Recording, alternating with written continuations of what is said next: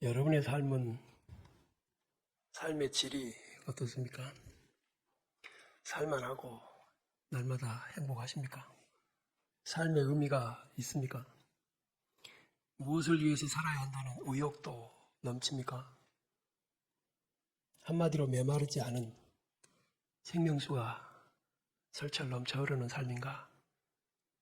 아니면 죽지 못해서 사는가? 아니면 그냥 죽을 때까지 살아야 하니까 사는가? 자, 그러면 신앙생활은 의미가 있는가? 이 자리에 어떤 마음으로 오셨는가?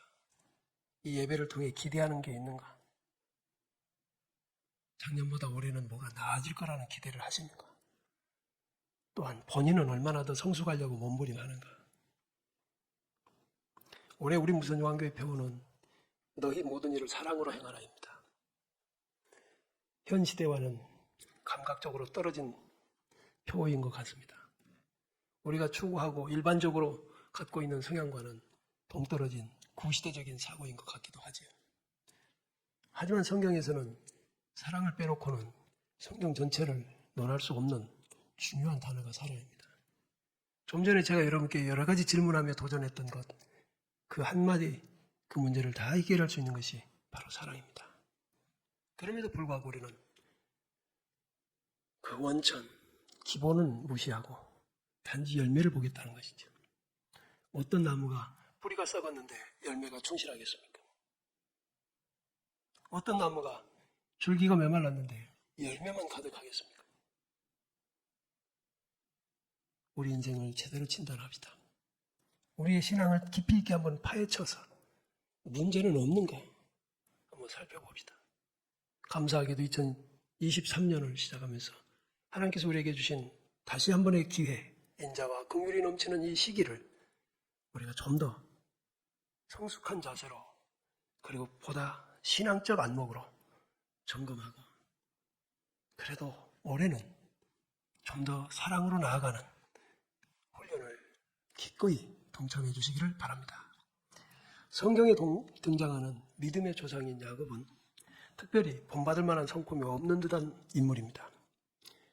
기껏해야 그 이름으로 우리는 그가 도적놈 사기꾼이라는 것으로 되뇌이고 있었으니까. 그런데 본문에서는 그 야곱의 위대한 한 단면이 보여집니다. 어쩌면 그것은 그를 도적놈 사기꾼이라고 비난했던 우리들이 감히 근접하기 어려운 매우 독특한 성품을 그가 가졌다라는 것으로 우리가 부러움이 되기도 합니다. 한 여인을 자그마치 7년 동안 사랑하면서 그 7년을 수일같이 여겼다 했습니다. 단 며칠처럼. 7년이라는 것이 호요시간 시대가 아니고 종살이였는데도 불구하고 그는 낯선 땅에서 낯선 환경에서 외로움과 여러 가지 고난을 극복해 가면서 며칠처럼 여길 수 있었다. 이것을 하나님의 성경에 써놓으시고 얘들아 사랑이 뭔지 아냐? 사랑이 갖고 있는 힘이란 게 무엇인지 알겠느냐? 야곱이라고 하는 사람에게도 사랑은 이런 것이었다. 야곱에서 벗어나게 하는 큰 힘, 야곱을 외로움과 고독에서 벗어날 수 있게끔 에너지가 되어줬던 것이 뭔 줄 아느냐? 그게 바로 사랑이다라는 것입니다. 지금 우리는 자신의 인생의 메마름을 얘기합니다. 우울감을 얘기하지요. 큰일입니다.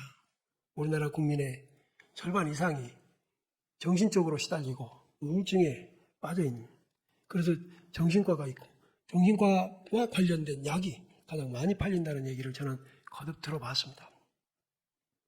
큰일이죠. 저는 그 중에 크리스찬은 단 한 사람도 없었으면 하는 바람이 간절합니다. 그동안에 그랬다면 혹시 이 자리에 있는 여러분이 그 속에 한 사람이었다면 이제는 오늘 이 말씀으로 치유되고 회복되시기를 축복합니다. 메마른 인생이 아니라 내 인생의 가치를 발견하고 내가 무엇을 위해서 살고 있으며 그 힘이 원천이 무엇인가를 발견해서 나는 왜 메말랐는지 어떻게 메마름을 해소할 수 있는지 발견하시는 지혜를 우리 하나님 아버지의 인자와 긍휼의 풍성하심으로 오늘 우리 모두에게 베풀어 주시기를 소원합니다. 지혜 깊은 사람은 자기에게 어떤 이익이 있기에 사랑하는 것은 아니다. 사랑한다는 것에 행복을 느끼기 때문에 사랑하는 것이다. 파스칼이라는 사람이 했다고 글을 보고 소개해 드립니다. 사랑은 사람과 사람을 연결시켜줍니다. 사랑은 하나님과 사람을 연결시켜줍니다. 그래서 하나님께서는 하나님을 사랑하라, 사람을 사랑하라고 말씀하십니다. 그러면 오늘날 우리가 메말랐다. 나는 하루 종일 있어도 찾아오는 사람이 없고 갈 데도 없고 그런다. 왜 그럴까? 그 메마름은 어디서 오는가? 그 메마름은 바로 세상 탓이 아니라 나의 메마른 사랑 탓이구나 라고 생각하시면 바로 정답을 찾은 것입니다. 하나님은 우리에게 하나님의 형상을 주셔서 하나님과의 교제를 통해 메마름을 해소하게 하셨고 사람과 사람끼리 사랑하게 하셔서 우리가 그 많은 실수와 허물투성이지만 서로에게 온전함을 이루어가는 비결을 주셨으며 그 일로 우리가 메마르지 않고 의지가 되고 격려가 되면서 함께 살아갈 수 있도록 그걸 창조 원리로 만들어 주셨습니다. 사랑하는 사람은 천국의 주인입니다. 할렐루야. 사랑하는 사람은 하나님의 아들입니다. 사랑하는 사람은 하나님의 제자, 예수 그리스도의 제자입니다. 예수 그리스도의 사람. 주님이 마지막에 최후의 만찬을 마치고 제자들에게 너희가 서로 사랑하면 이로써 너희가 내 제자인 줄 알 거다. 네. 사랑은 그러나 정말 어려운 일입니다. 저는요, 이제 겨우 한 달 지냈지만 왜 표어를 이걸로 했을까 부담된다. 내 속에 사랑이 없는 걸 어떻게 교우들에게 내가 앞서가면서 사랑의 삶을 보이지도 못했는데 사랑하라고 내가 사랑을 훈련하겠다고 나설 수 있을까 하는 생각에 저 혼자 많이 갈등하고 있습니다. 여러분도 아시다시피 저도 제 속에서 사랑이 우러나온 게 아니라 하나님의 은혜의 사랑에 젖어야만 할 텐데 그래서 여러분과 함께 그래서 부족하니까 사랑이 필요하고 상대도 부족하니까 사랑을 줘야 되고 나도 부족하니까 사랑 속에서 온전함을 기대하면서 훈련해 나아갑시다. 자기 자신 외에 그 어느 누구에게도 관심이 없고 메마른 우물 같은 이 현대인들 이 속에서 야곱의 사랑은 우리가 정말 배워야 할 것입니다. 그래야만 너와 나의 행복이 보장되고 우리의 가정이 바뀌고 교회가 성숙될 줄로 믿습니다. 보석도 볼 줄 아는 사람에게는 가치가 있다고 합니다. 그래요. 아주 오래전에 사택을 공사하다가 어떤 분이 고가의 제품이나 작품이라 그러면서 하나 선물해준 그릇이 도자기가 깨진 적이 있습니다. 가끔 그 생각이 납니다. 그때 당시에 270만 원이라 그랬어요. 그분이 말씀하셨으니까 그러지 저야 뭐 값을 한 번도 매겨본 적은 없고 그걸 보는 안목은 없는데 바로 이런 말씀을 전할 때 그게 생각이 나는 거예요. 그때 그분은 그것을 굉장히 망설이다가 저에게 주셨는데 나는 그것이 볼 눈이 없으니까 옆에다 그냥 뒀다가 그분이 아주 섭섭해하는 말을 듣고 그제서야 그게 그렇게 비싸단다. 나는 오직 값으로만 얘기한 겁니다. 그나마도 감당할 수 없어서 그랬는지 그만 공사 중에 깨뜨려져서 이제는 흔적도 없지만 이런 말씀을 전할 때 항상 가치를 보는 눈이 없다면 아무리 좋은 것이라도 그러는 거구나라는 것에 쓰임이 되고 있습니다. 남을 사랑하지 않는 이는 결국 자신도 사랑하지 못하는 것이죠. 그렇습니다. 왜냐하면 사랑은 절대 혼자 이루는 게 아니기 때문에 절대로 혼자 이루는 게 아닙니다.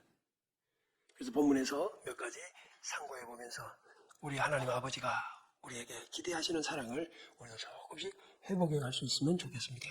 첫 번째, 순수한 사랑은 참된 희망을 준다는 것을 우리에게 가르쳐주고 계십니다. 야곱은 아버지와 형을 피해서 도망쳐온 사람입니다.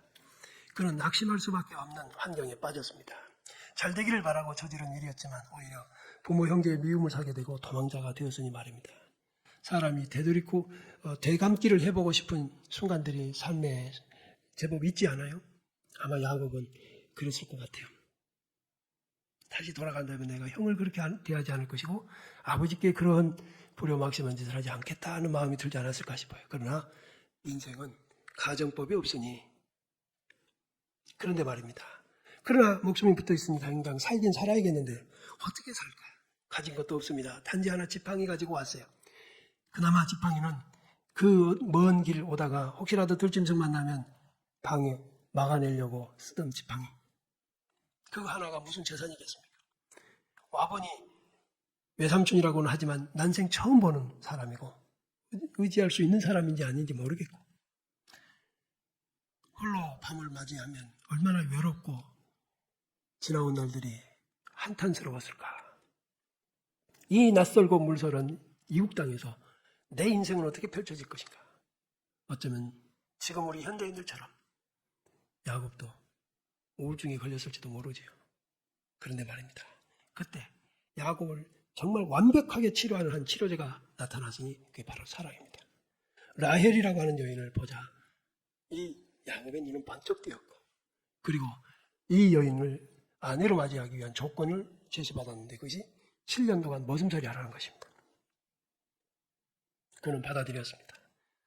그런데 그 7년이 마치 우리가 드라마에서 7년을 쉽게 넘겨버리는 것 같이 야곱은 단 며칠처럼 여겼다고 그랬습니다. 할렐루야.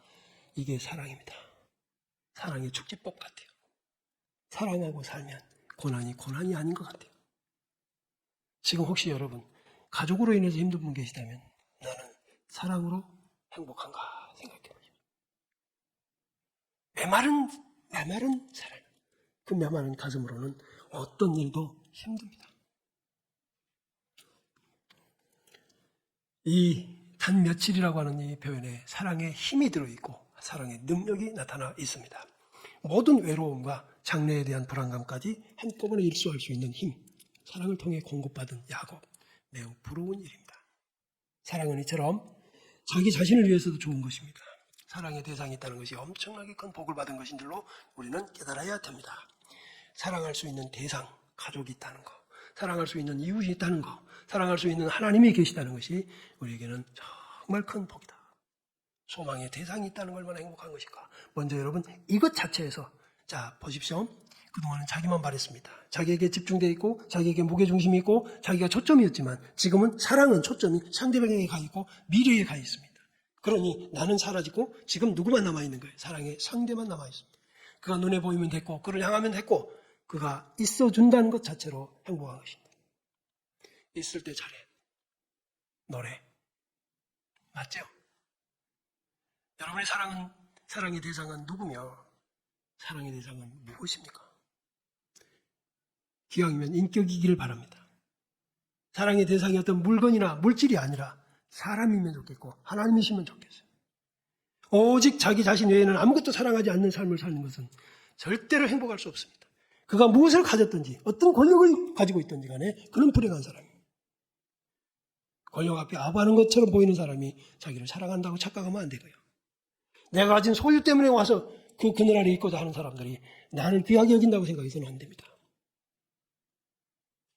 그래서 이제 우리나라가 베이비 부모가 은퇴하면서 국가적으로 노인 복지를 생각해야 되는 그 정책을 꾸며내야 되는 그런 시기에 이제 비로소 이런 말이 들리기 시작합니다.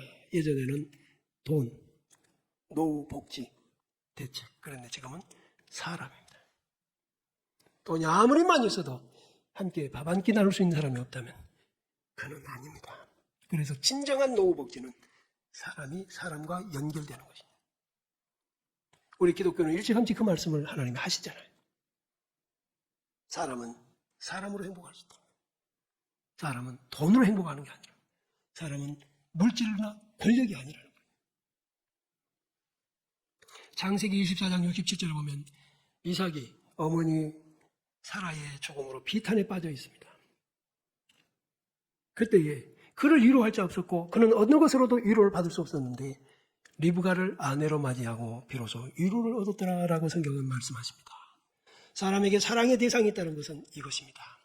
지금 낙심 중에 있는 이들이 있다면 스스로 사랑의 대상을 찾으셔서 위로를 얻게 되시기를 바랍니다. 사랑은 귀한 것이어서 사막에서 오아시스를 만나는 것 같이 소중한 일입니다. 여러분이 가족에게 메말랐다면 가족이 사랑의 대상으로서 새롭게 등장하게 되기를 기도하십시오.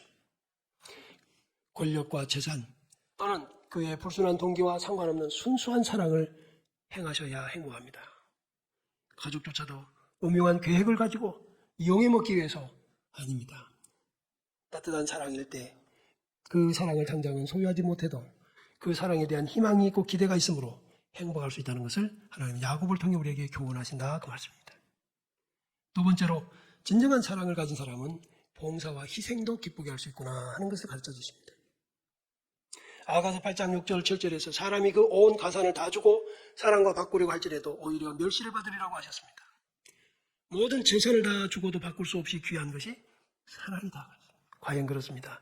사랑은 사고 파는 게 아닙니다. 사랑은 공산품이 아닙니다. 마트에 진열해놓고 판다면 돈 있는 사람이 많이 사다가 누리고 즐기겠지요. 하지만 사랑은 그게 아닙니다. 칼빈 선생은 많은 사랑은 혀끝에 있고 참 사랑은 손발끝에 있다 그랬습니다.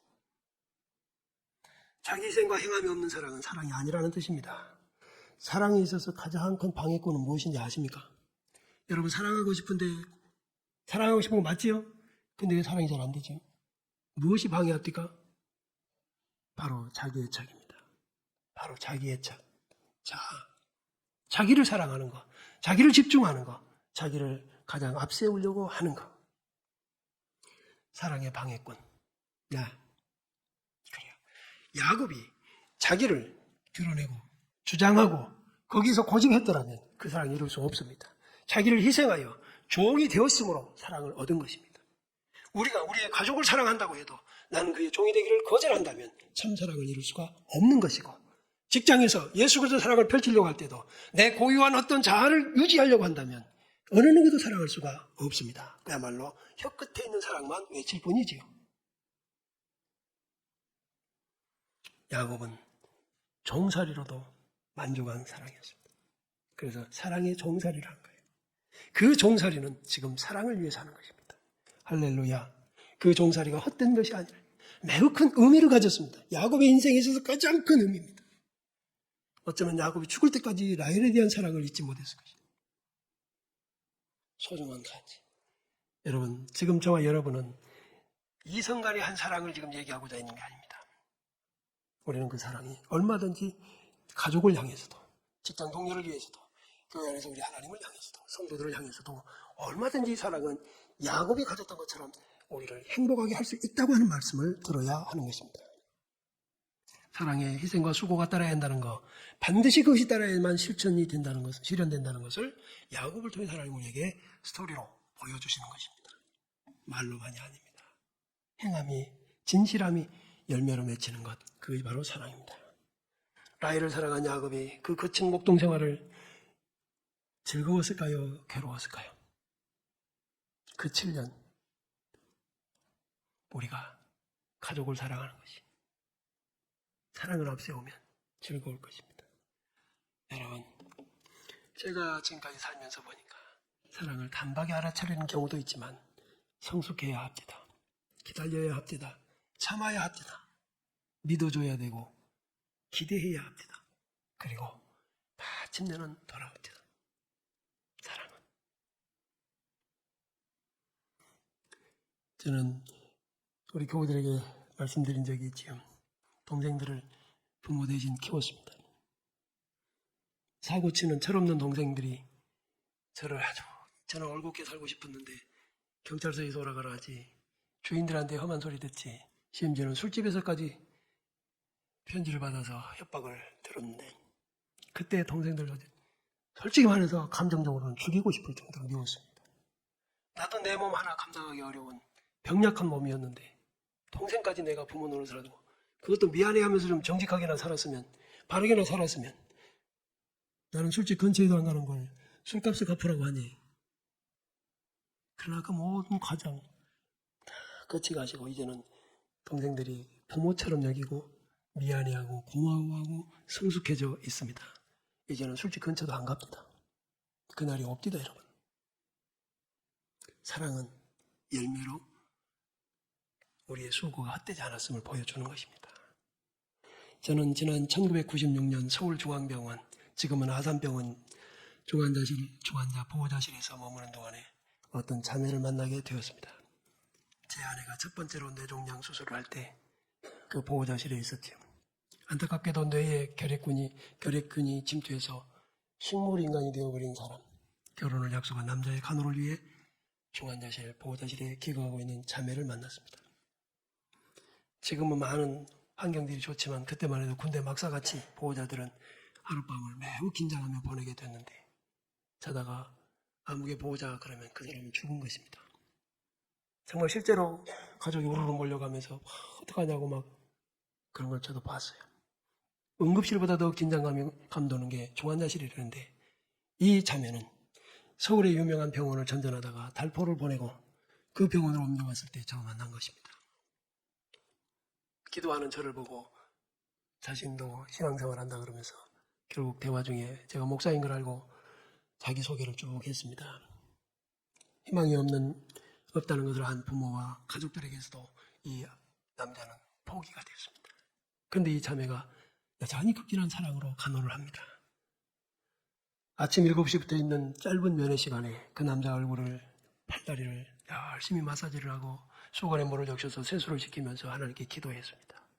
하루는 저보고 기도해달라고 그래서 저도 그 짧은 면회 시간을 쪼개서 가서 기도해주고, 그리고 그 여인은 하루 종일 출근해서 회사 생활합니다. 그리고 저녁에는 돌아와서 기숙사 이 중환자실에서 살고 있는 게 벌써 2달째라고 그랬습니다. 그녀는 돈을 받고 환자를 돌보는 간병인이 아니었습니다. 단지 한 남자를 사랑하는, 사랑 때문에 그 얼굴에는 찡그림이 없는, 제가 지나쳐가면서 그 얼굴을 보면 말 한마디 못하는 식물인간 상태의 그 남자친구를 향해 말을 걸고 얼굴을 만지고 그 자체가 행복이에요. 어쩌면 그 사랑이 도리어 그녀를 강하게 하고 붙들어주고 있었던 것입니다.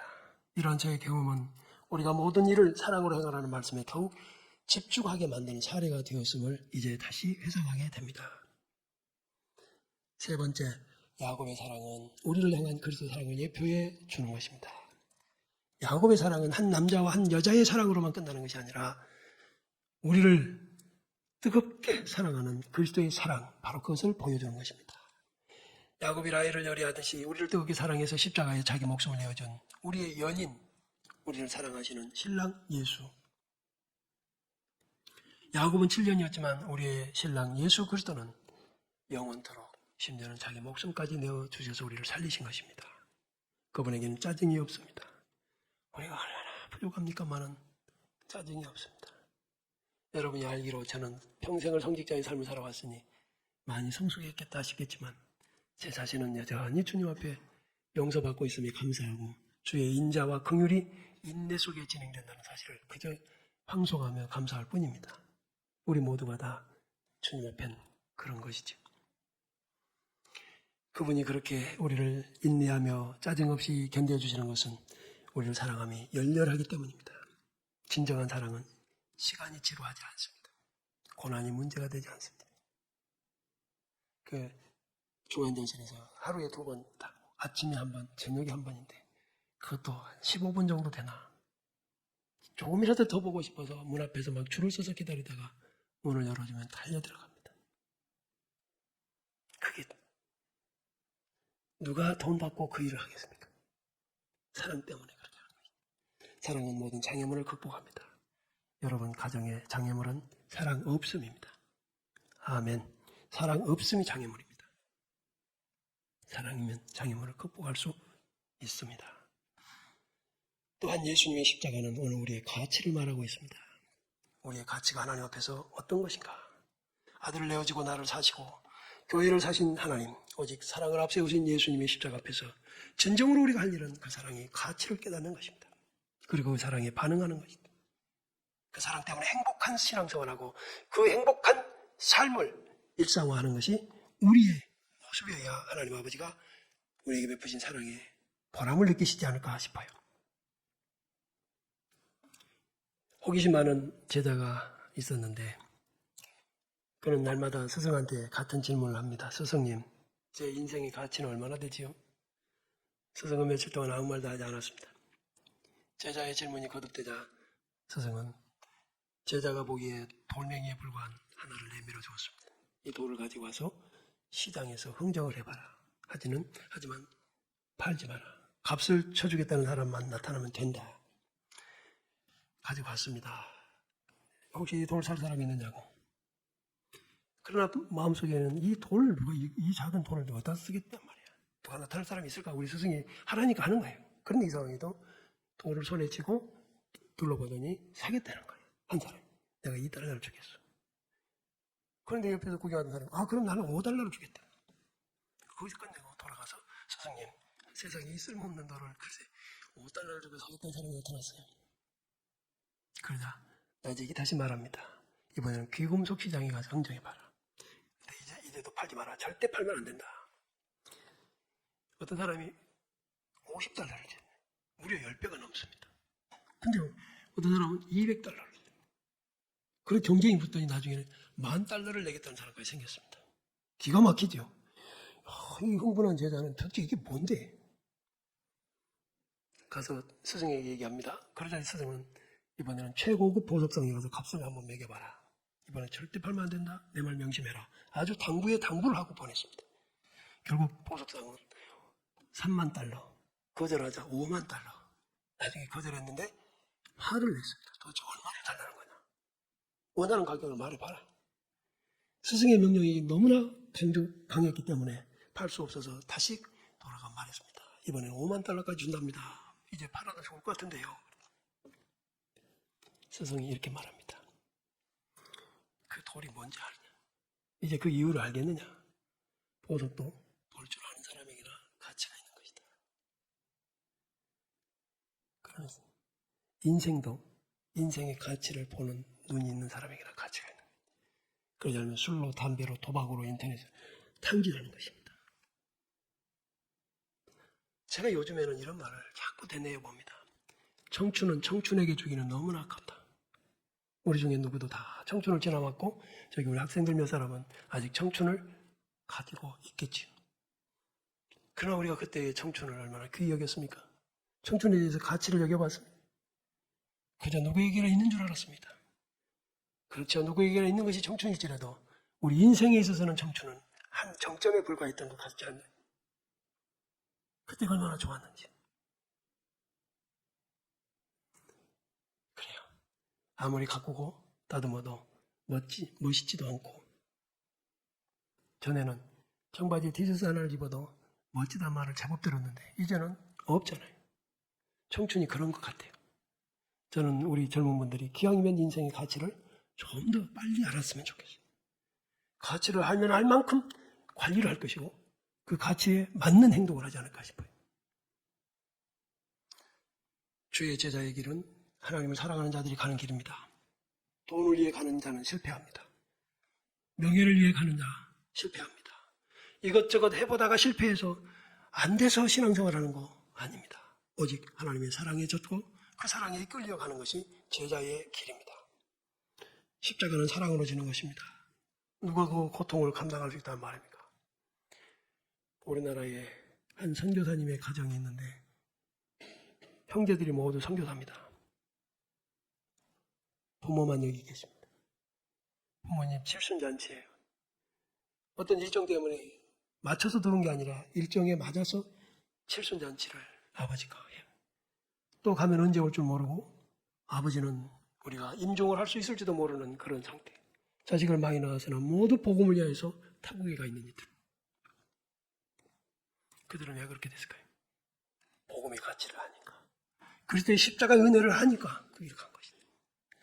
아버지도 역시 자식들이 그렇게 부귀를 멀리하고 주의 종의 길을 가는 것을 가치 있게 여기니 그들을 놓아 보내주는 것입니다. 자식이 보고 싶지 않은 부모가 어디 있어요? 그러나 그들이 타국에서 마음대로 오갈 수도 없어도 가치 있는 일을 위해서 희생하는 것에 그분 역시 보람을 느끼고 있더라고요. 십자가는 사랑으로 지는 것 아니면 감당할 수 없습니다. 때로는 자식을 버리고 고향을 던지고 나그네로 이방인으로 나날을 살아가는 그게 복음의 길이기도 하지요. 교회 여러분, 성도의 길, 주의 백성의 길, 하나님의 자녀의 길을 간다고 합시다. 그럴지라도 그 길에 그 이름에 명예가 있습니까? 그게 부귀의 상징입니까? 여러분, 부귀와 명예를 위해 교회에 왔습니까? 오늘 여러분 자신의 신앙의 좌표를 점검해 보십시오. 나는 무엇 때문에 여기 있는가? 그리고 하나님을 사랑해서라는 대답이 나올 때까지 주변을 정리하시고 세상을 체념하시고 오직 야곱의 라헬을 위하여라는 사랑을 앞세우고 갑시다. 제가 여러분께 고백하건대 65세 은퇴하겠다고 했던 것은 평생을 이길만 왔기 때문에 해보고 싶은 취미생활도 있고 좀 쉬고 싶기도 한 마음을 감추기도 했지요. 그러나 그것조차도 하나님이 아시고 책망하실까봐 여러분에게서 나온 답이 하나님의 뜻일 거라고 믿고 그러고 해서 저는 여러분과 만났던 것입니다. 가고 싶고 하고 싶은 것 많이 있는데 평생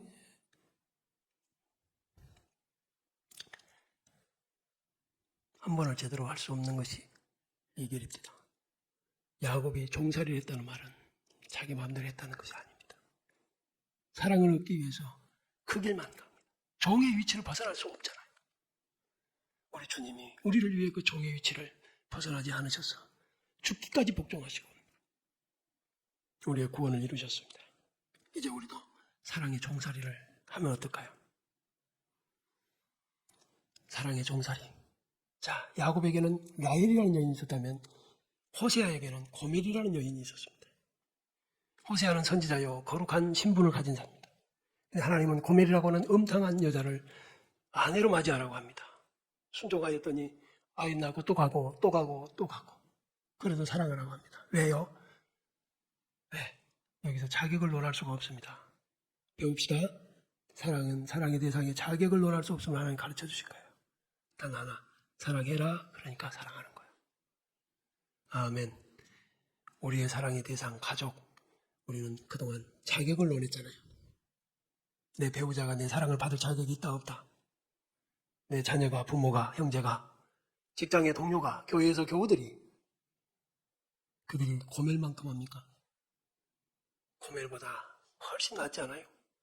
그럼에도 불구하고 하나님은 그들을 사랑하라고 하셨는데 호세아처럼 순종하지 않고 우리는 따졌습니다. 제 삶을 돌아보니 저는 그렇게 살았더라고요. 인간의 사랑은 대상을 구분하고 사랑을 자격으로 나누기도 합니다.